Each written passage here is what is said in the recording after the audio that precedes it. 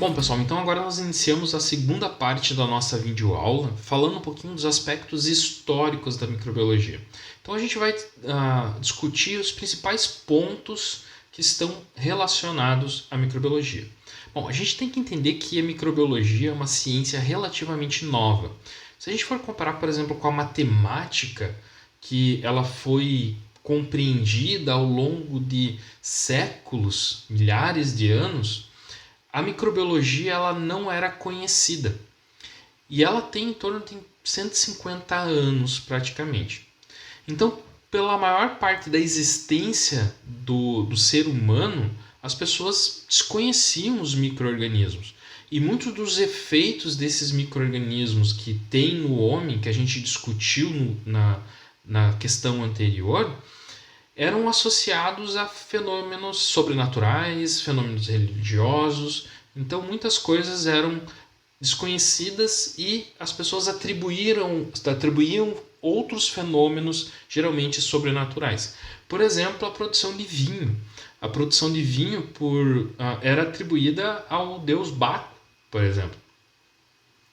Então, a microbiologia, para ser entendida, era necessário que fosse descoberto primeiro os microscópios. Por quê? Porque a gente viu que os micro-organismos são seres microscópicos e a gente não enxerga esses seres. Então, por isso que precisou primeiro descobrir essa tecnologia dos microscópios para ver o mundo microscópico e conseguir descobrir os seres microscópicos. Então, a principal contribuição, o principal ponto de partida para o surgimento da microbiologia é o descobrimento dos microscópios por dois pesquisadores, dois cientistas, o Robert Hooke e o Anthony van Leeuwenhoek. Eles são considerados as pessoas que permitiram o surgimento da microbiologia. Esses dois pesquisadores, eles criaram aparatos que hoje a gente conhece como microscópio, que era um conjunto de lentes que permitia ver seres microscópicos. O Robert Hooke ele desenvolveu um aparato que hoje é muito semelhante a uma lupa, ou uma lupa estereoscópica que a gente tem nos laboratórios. E ele conseguiu, com esse equipamento, enxergar estruturas microscópicas. E ele foi uma das primeiras pessoas a ver esse mundo microscópico. Ele identificou, por exemplo, estruturas de fungos que ele não reconhecia, ele não sabia o que era, mas ele representou essas estruturas na forma de desenho. E também ele viu no seu microscópio, nessa estrutura, nesse aparato, ele viu as primeiras células vegetais. Ele olhou a estrutura de uma cortiça, né, que é a planta que que fornece a cortiça para as rolhas, né?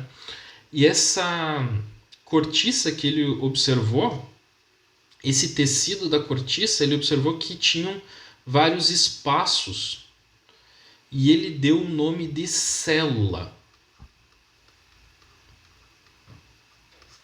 Ou seja, são pequenas celas, porque ele associou essas estruturas às celas dos monges que viviam nos monastérios, né? O local onde que eles dormiam, os monges dormiam.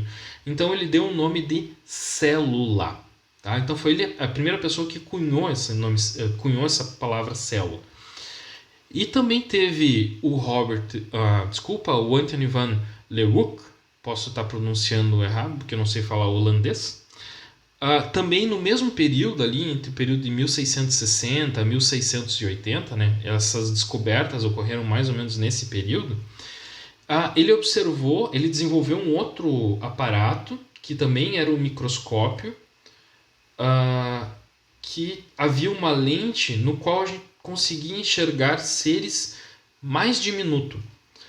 O Robert ele não viu seres menores que estruturas de tecido vegetal e também estruturas de fungo. Mas o Anthony ele conseguiu desenvolver esse aparato que ele conseguia ver células que ele deu o nome de animáculos, pequenos animais. E ele observou que esses animáculos tinham diferentes estruturas. Aqui é uma fotografia de uma réplica desse aparato que está no Museu de Londres. E aqui uma fotografia, aqui tem uma imagem da forma como se enxerga por esse aparato. Então, tu coloca uma gotícula de uma amostra aqui sobre essa lente, tu ajusta o foco com esse parafuso aqui que muda a posição e tu olha contra a luz e tu consegue enxergar essas pequenas estruturas aqui. Então, isso permitiu o quê? Permitiu que abrisse um mundo completamente novo e desse as portas para o surgimento da microbiologia.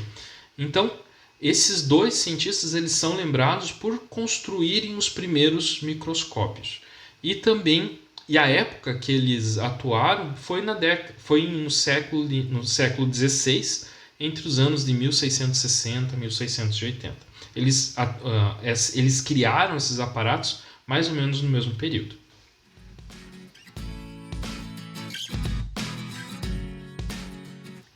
Mas mesmo descobrindo esse mundo microscópico que os microscópios possibilitaram, as pessoas ainda não entendiam a existência dos seres, dos micro-organismos.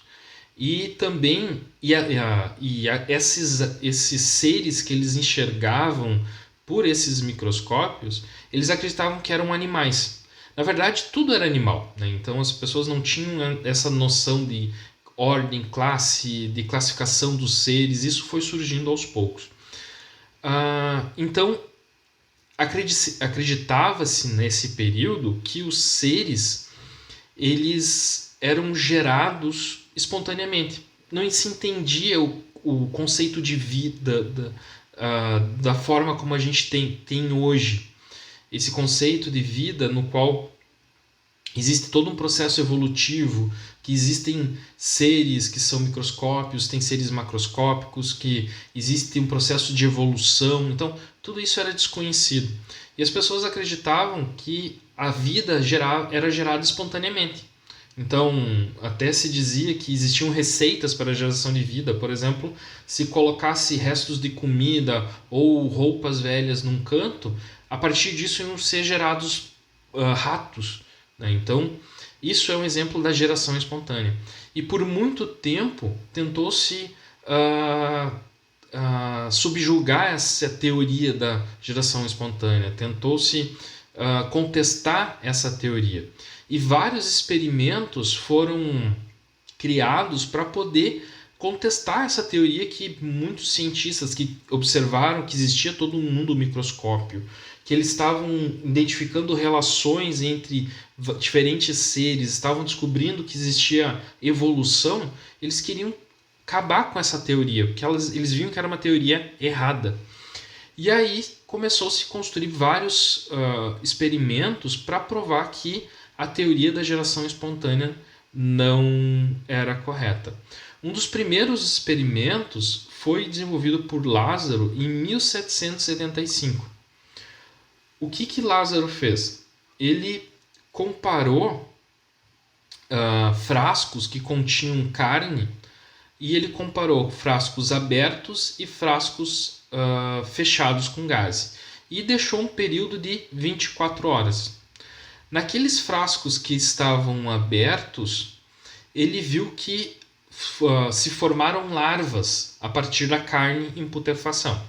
E os teóricos da geração espontânea, eles diziam que a partir da carne putrefada que surgiam as larvas das moscas, porque eles observavam isso. No entanto, ele montou um experimento que ele comparou frascos tapados com gaze. E ele observou que nesses frascos tapados com gaze não ocorreu a formação das larvas. E ele associou a essas larvas a presença de moscas, que as moscas iriam pôr ovos nessas carnes e que pelo fato do frasco estar tapado, não ocorreu a formação de moscas, de larvas. Bom, isso foi do início da contestação da teoria da geração espontânea. Mas houve várias discussões sobre isso. E eis que surge o pai da microbiologia, um dos maiores cientistas que já existiram, que é Louis Pasteur. Louis Pasteur, ele era um químico francês que ele trabalhava em diferentes áreas. E uma das áreas que ele trabalhava era na área de química agrícola. Ele tentava entender principalmente a parte de produção de vinhos. Ele queria melhorar a qualidade dos vinhos franceses. E ele foi contratado pelo governo francês para estudar isso.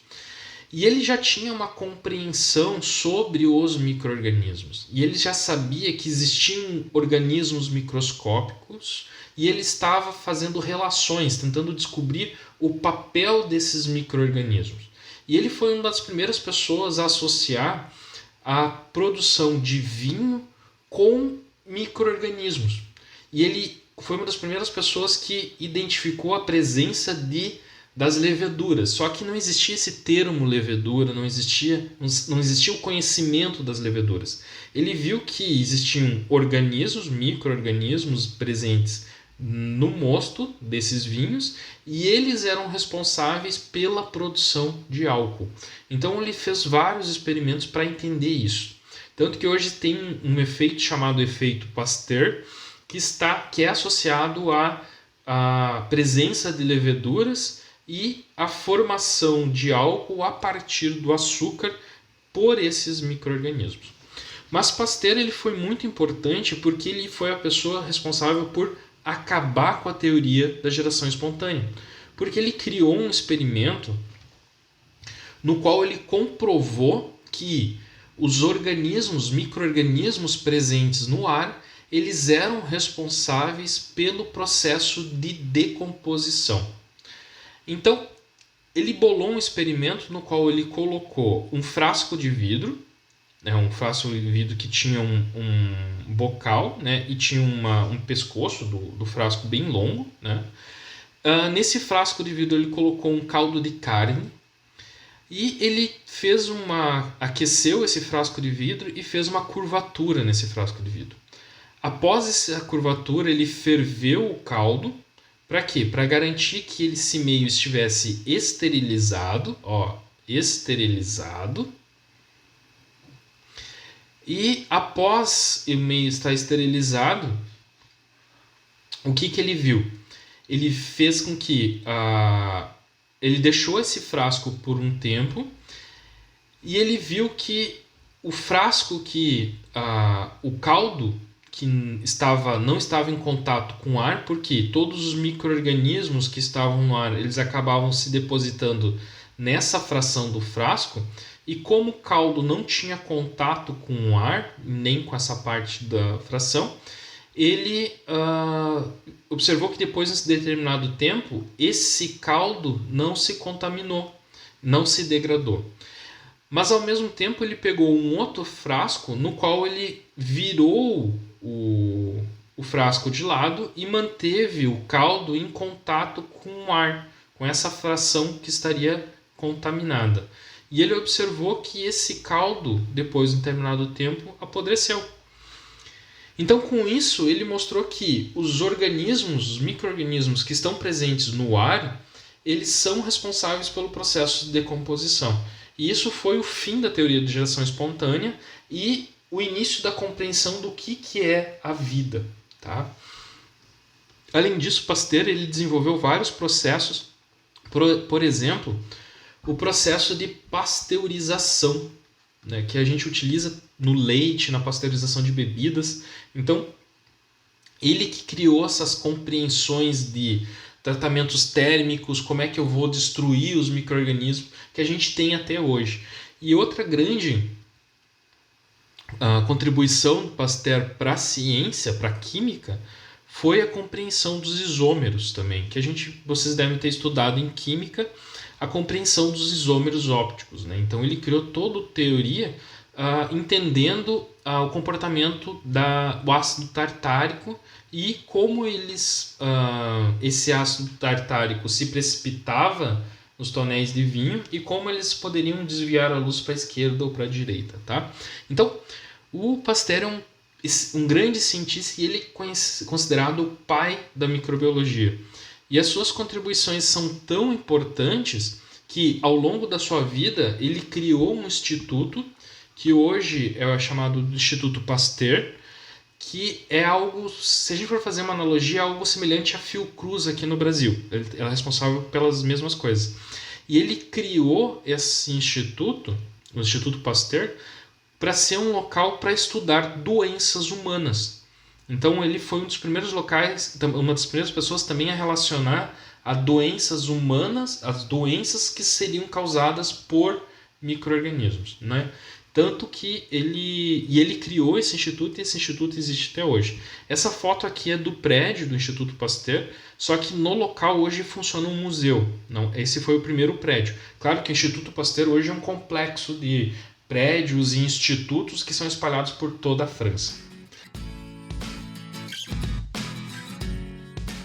Então, outro fato histórico que é muito importante dentro da microbiologia é o entendimento do conceito de cultura pura e como esse conceito contribuiu para a área da medicina e para entender o conceito de doença. Tá? Então, as duas próximas questões estão relacionadas a isso. Então, o que é cultura pura?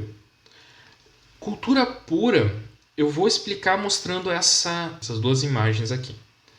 Bom, nessa primeira imagem aqui eu tenho uma placa de Petri, no qual dentro dessa placa eu tenho um meio de cultura. Tá? Nessa placa aqui está crescendo várias colônias de micro-organismos. Então, isso aqui é uma colônia. Tá? Isso aqui é outra colônia. E isso aqui é outra colônia. Cada uma dessas culturas, dessas colônias, elas foram formadas, em teoria, por um micro-organismo. Então, um micro-organismo se depositou em cima desse meio de cultura e formou essa colônia aqui. Por quê? Porque o micro-organismo encontrou uma condição favorável e se multiplicou, ele cresceu. Ele cresceu até um determinado ponto que ele formou uma colônia.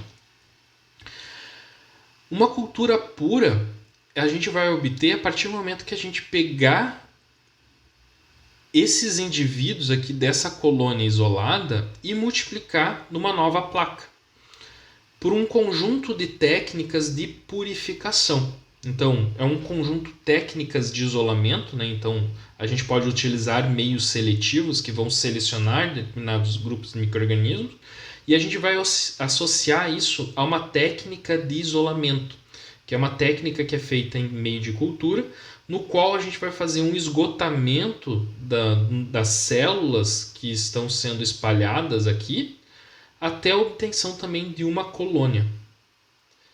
E essa colônia aqui é uma cultura pura. Por quê? Porque essa colônia aqui ela foi formada por um único micro-organismo que foi retirado de uma colônia, de uma amostra, pode ser uma amostra ambiental, de sangue, do que for, e associado a um processo de diluição, formou-se uma cultura pura, uma colônia de uma cultura pura. Então, isso é o conceito de uma cultura pura. É uma cultura que eu só tenho um tipo de célula de micro-organismo. Um indivíduo só. Tá? Vocês vão aprender ao longo da disciplina, nas nossas aulas práticas, por isso que é tão importante a gente fazer as aulas práticas apenas no retorno das atividades presenciais,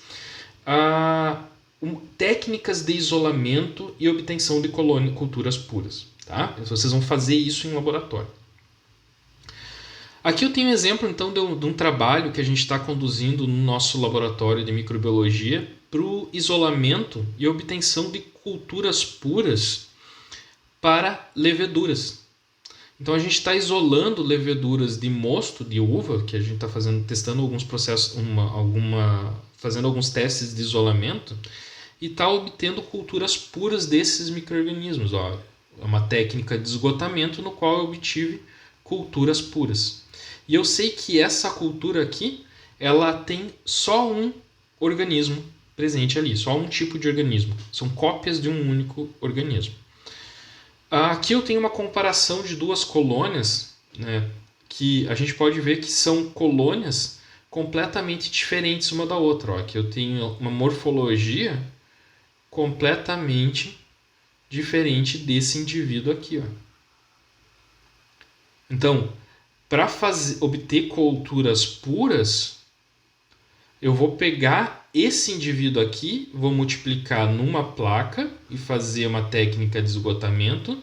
E esse indivíduo aqui eu vou passar para outra placa e vou fazer uma outra técnica de esgotamento, até obter culturas puras. Após a obtenção dessas culturas puras, a gente vai armazenar isso em coleções de cultura. Mas isso aí a gente vai ver futuramente, tá bom? Então, isso é uma cultura pura, tá? Então, o que se entende por uma cultura pura são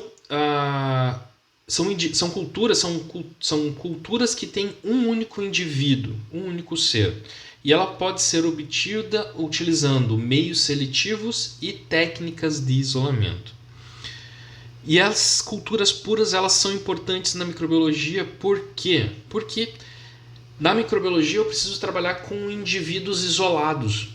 Eu preciso trabalhar com um único indivíduo.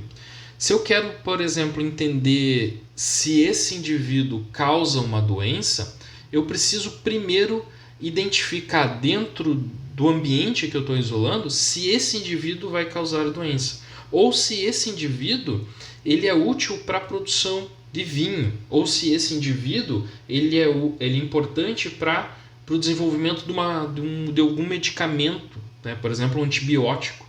Então, eu preciso fazer esses métodos de cultura pura. E a partir desses métodos de isolamento, um médico que a gente chama de Koch, ele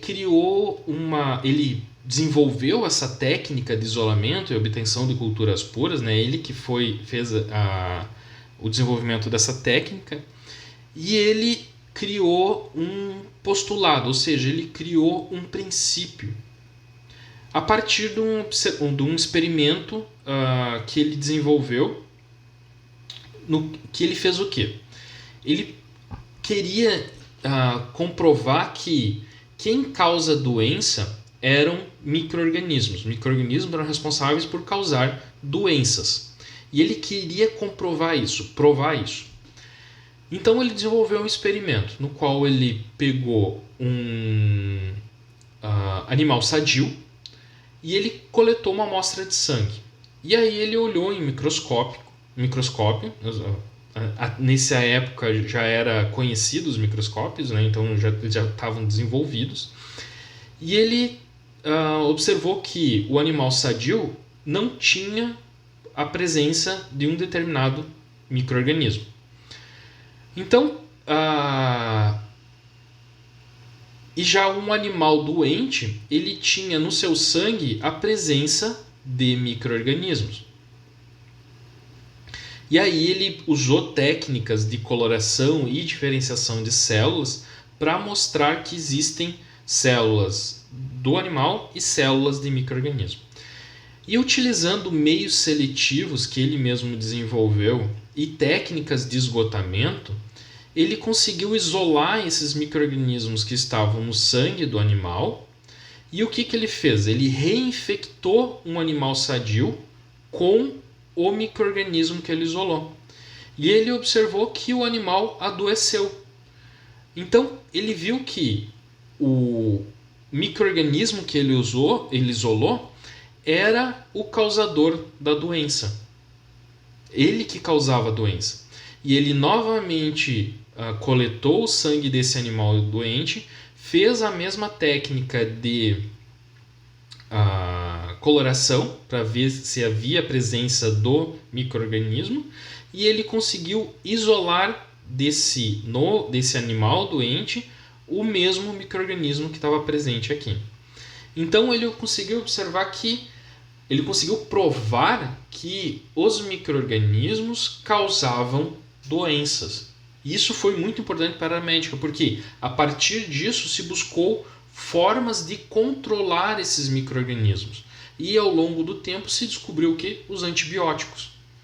Então, o uso de antibióticos a gente só utilizou porque a gente descobriu que são micro-organismos que causam doenças. E ele então, com base nesse postulado, nesse experimento, ele fez um postulado com base nessa teoria, que o primeiro postulado, o patógeno suspeito precisa estar presente em todos os casos da doença ou ausente em animais sadios. É a primeira parte do postulado dele, primeira parte do experimento. Então, ele comparou animais sadios e animais doentes e ele viu que o patógeno ele tem que estar presente no animal doente. O patógeno suspeito deve ser cultivado em cultura pura, ou seja, necessariamente a gente precisa isolar o patógeno. Células de uma cultura pura do patógeno suspeito devem causar a doença em um animal sadio, ou seja, nós precisamos infectar novamente um animal sadio para observar o desenvolvimento da doença.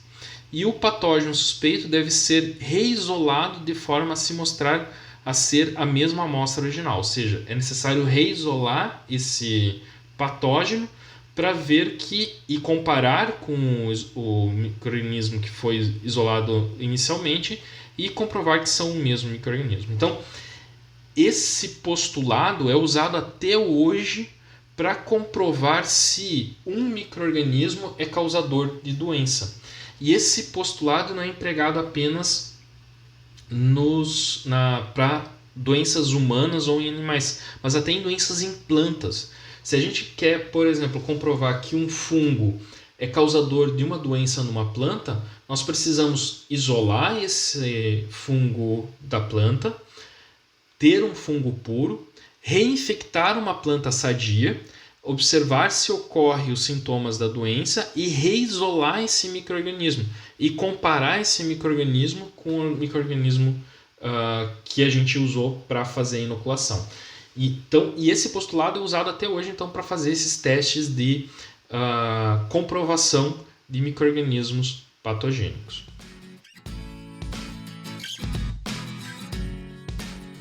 Por fim, na nossa revisão histórica sobre a microbiologia, a gente vai falar um pouquinho sobre... A gente já falou na parte anterior sobre aspectos relacionados a patógenos. Agora a gente vai discutir um pouquinho das relações positivas que os micro-organismos têm com o ser humano. E a gente vai falar da descoberta do processo de fixação biológica de nitrogênio. O processo de fixação biológica de nitrogênio é o segundo processo biológico mais importante do nosso planeta. O primeiro é a fotossíntese, que é responsável pela incorporação do carbono no tecido das plantas, e os outros animais utilizam esse carbono na alimentação. E o segundo é o processo de fotossíntese, que é responsável por pegar o nitrogênio que está no ar, incorporar no tecido das plantas na forma de proteína, e os outros organismos vão utilizar esse nitrogênio também para a formação dos seus aminoácidos e das suas proteínas. Então, o processo de fixação biológica do nitrogênio é extremamente importante. E ele foi atribuído a dois pesquisadores. O Sergei Winogradsky, que, desculpa, também não consigo pronunciar direito, e o Martinus Bengerink, que são dois microbiologistas extremamente importantes, que ambos, em períodos próximos, descobriram o processo de fixação biológica de nitrogênio. Bom, a primeira pessoa que entendeu o processo de fixação biológica do nitrogênio foi o Winogradsky. Por quê? Porque ele observou que, a partir de amostras ambientais, amostras de solo, ele descobriu que existiam bactérias que eram capazes de fazer esse processo de fixação biológica de nitrogênio. E a partir desses estudos de isolamento, porque ele desenvolveu as técnicas de isolamento, o Bengerink acabou aplicando essas técnicas de isolamento e também identificou a presença de uma bactéria chamada Azotobacter. E essa bactéria Azotobacter que foi utilizada para comprovar o processo de fixação. Foi ela que foi utilizada para fazer estudos para comprovar o processo de fixação. Então, é atribuído aos dois pesquisadores o conhecimento desse processo de fixação biológica do nitrogênio. O que é esse processo de fixação biológica do nitrogênio? A gente viu antes na parte de efeitos positivos dos micro-organismos. Esse processo ele vai pegar o nitrogênio. Esses micro-organismos eles utilizam o nitrogênio que está presente no ar e conseguem transformar numa forma de amônio, e esse amônio é utilizado posteriormente para a formação de aminoácidos. Bom, esse processo de fixação biológica de nitrogênio a gente vai ver com mais detalhes mais para frente quando for falar de metabolismo, tá bom, pessoal? Então, com isso a gente termina essa nossa aula introdutória. Vocês assistam então essa videoaula, leiam o capítulo de livro. Claro que no capítulo de livro vai ter muito mais detalhes sobre isso que a gente discutiu, e respondam as questões. Qualquer dúvida, vocês entrem em contato pelo fórum, mandem as perguntas pelo WhatsApp, ou a gente pode discutir nos momentos síncronos das nossas aulas, tá bom? Bons estudos a todos. Abraço!